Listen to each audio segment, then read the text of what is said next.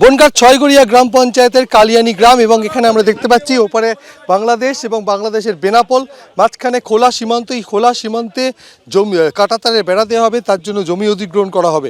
এলাকার বাসিন্দাদের সঙ্গে কথা বলে নেব। এখানে খোলা সীমান্ত কতটা?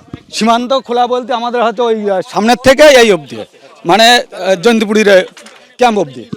এখানে হচ্ছে আমাদের একটা ছিটমহল আছে, অনেক পুরনো, 13 ঘড়িয়া, পেট্টাপোল মৌজার মধ্যে পড়ে। আর এটা হচ্ছে 2 ঘড়িয়া। এই হচ্ছে আপনার হচ্ছে 18 নম্বর পিলার। এর পেছনে আছে হচ্ছে 17 নম্বর পিলার, মানে 13 ঘড়িয়া। ওটা বাংলাদেশ না, এটা 2 ঘড়িয়া। এর পেছনে আবার আরও একটা আছে 13 ঘড়িয়া, যে ছিটমহল। আমরা দেখতে পাচ্ছি এই মুহূর্তে যে বনগাঁ উত্তরের বিজেপি বিধায়ক তথা রাজ্যের মন্ত্রী অশোক কীর্তনিয়া তিনি এখানে এসছেন এবং এখানে যে ছিটমহল ছিটমহলের ব্যাপারে এটা গভর্নমেন্টের সিদ্ধান্ত, যেহেতু সেটাও আমাদের ভারতবর্ষের অংশ।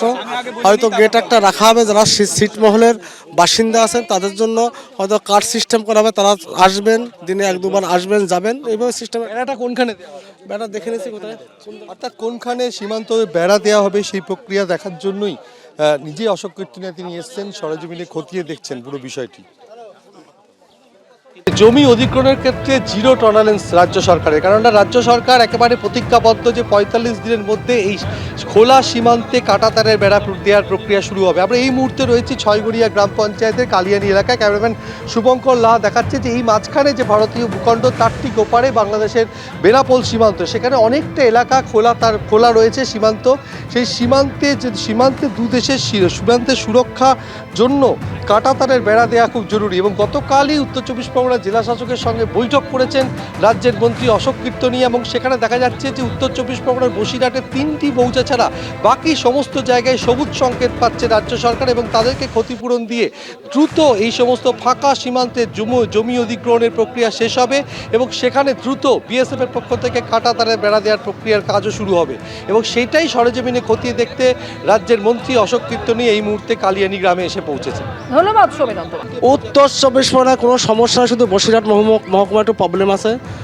আমি ডিএম ম্যাডামকে পরিষ্কার করে বলে এসেছি গতকালকে, কোনো কথা নেই, দেশের সুরক্ষার স্বার্থে কোনো কথা নেই। জমি অধিগ্রহণ করুন, যারা বিরোধিতা করবে সেখানকার পঞ্চায়েত সমিতি, বিডিও, এসডিও, থানার আইসি, এসডিপি, এসপির সঙ্গে কথা বলুন, জমি জট পরিষ্কার করুন, কাঁটাতার বেড়া দিতে হবে। এখানে আপনি এসছেন, কি দেখছেন? এখানে এসেছি যেহেতু আমার অ্যাসেম্বলি এরিয়া, এখনও কাঁটাতার কবে কাজ শুরু হবে, কোথায় মার্কিং হয়েছে, কোথার থেকে কাঁটাতারটা দেবে সেটা দেখতে এসেছি। কি বলছেন এলাকার মানুষজন, কি বলছেন? এলাকার মানুষের যে দীর্ঘদিনের যে ভীতি ছিল, সে ভীতিটা ভয়মুক্ত হয়েছে। যারা বাংলাদেশের থেকে ক্রিমিনাল, যারা এসে ডাকাতি করতো, গরু ছাগল নিয়ে চলে যেত, মা বোনের হাত ধরে টানতো, সেটা বন্ধ, তাদেরকে আশ্বস্ত। যে ছিটমহল রয়েছে ভারতীয়, সেক্ষেত্রে তাদের জন্য কি একটা ব্যবস্থা করা হবে? দেখুন, বিগত দিনে যেভাবে সিস্টেম করা ছিল, তারা তো আসতেন যেতেন, 12 ঘড়িয়া, 2 ঘড়িয়া, 3 ঘড়িয়া যারাই আছে তাদের ব্যবস্থা করা হবে, একটা সিস্টেম করা হবে। কাঁটাতার হয়ে গেলে গেট থাকবে, গেটের দিয়ে তারা আসবেন যাবেন, হয়তো দিনের বেলা 1-2 বার আসবেন যাবেন, তাদের কাজ চলবে। তো জমির জন্য ক্ষতিপূরণও দেবে, পরিষ্কার দিয়ে দিয়েছে, জমি জট নিয়ে কোনো সমস্যা নেই, ন্যায্য মূল্যে জমি নেওয়া হয়েছে। তাহলে কত তাড়াতাড়ি এই বেড়া দেওয়ার প্রক্রিয়া? 45 দিনে আমাদের কথা ছিল, 45 দিনের ভিতর কাজ শুরু হবে। এবিপি আনন্দ, এগিয়ে থাকে, এগিয়ে রাখে।